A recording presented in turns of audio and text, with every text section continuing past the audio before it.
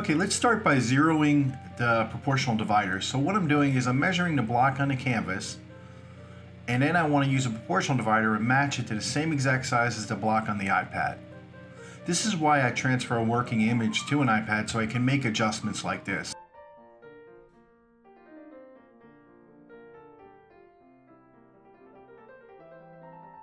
So what I'm doing here is I'm just placing dots and reference points where I'm going to start my initial sketch.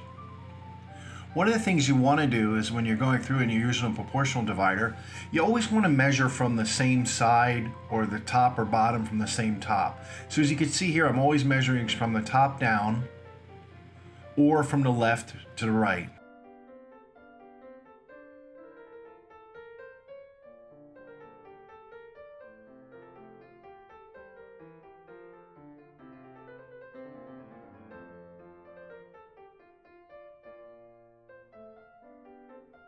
Always measure from a good reference point.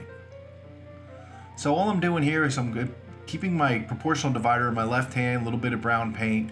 You'll see me use Q-tips, everything. All the paint is right there is it's brown paint and it's thinned down with Gamsol. That's why this is a sketch. It isn't an underpainting. We're going to cover this whole sketch when we're done with paint. Because you never really thin paint with Gamsol if you're going to use it in production. Gamsol will actually break the viscosity of the paint. So here I'm showing a zoom in where I'm measuring to a point on the nose. I've gotten used to it over the years to just keep using it, keep it in my left hand, and all through this sketching process it's always in my left hand. And I'm just slowly working my way around, touching it up, verifying. This is the time right now, just like you're sketching with a pencil, is you're going to put those little reference points in there, those little dots, and then you're going to turn around and connect them. Start working in here. And then for the shading part, I'm going to be using a shading brush. I'm going to be using whatever I can to work on the sketch. You could take this sketch as detailed as you want.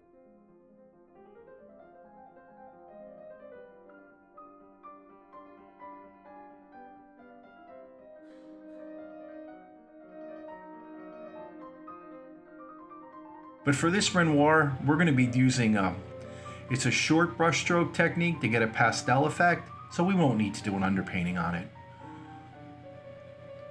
So I'm measuring the chin, left to right, and then I start doing the sketch. And this is where you'll want to make your adjustments, your checking, your verifications. This is the phase to do it, because when this stuff is dry, it's very easy to wipe back off again with a little Gamsol on a paper towel or a Q-tip. So you can make modifications and changes. I use a Q-tip a lot just to do the shading, and especially when the Q-tips gets a little fuzzy and worn out, then it works great for shading. But I'll use my finger, Q-tip, paper towel, whatever you need. Right there, what I'm using is called a scumbling brush. That's a detail brush that I had that I've worn out. So I take the detail brush or a smash brush and I kind of chop it up on the ends with some scissors and then kind of smash it against the table, or just push it against the table, and it fans it out, so it makes a really nice little shading brush. So it keeps me, and then I can recycle my liner brush, because here you see I'm just using a liner brush. And you'll see once I get the initial lines in place, that's when I'll actually start the sketching process. But you do not want to build up any paint in the initial sketch. It should be perfectly flat, perfectly smooth. Don't worry about getting too much intricate on the detail.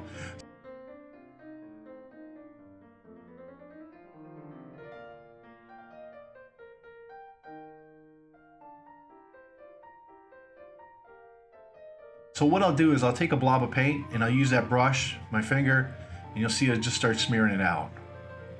I'm not worrying about covering all the canvas. I'm not worried about color. I'm not worrying about anything, which is why my working image is just in a brown tone. But I am being careful, because especially on a face, a side portrait, you really got to line those up right or it won't look right. So you'll see me keep adjusting it, keep adjusting it.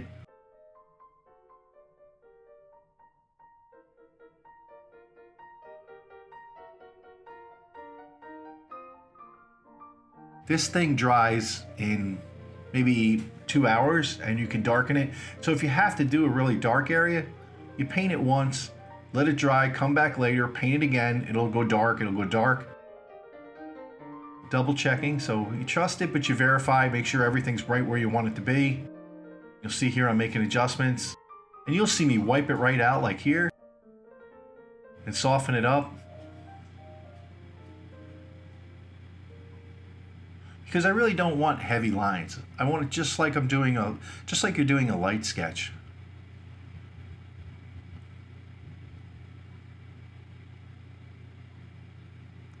And now I'll just work the lines.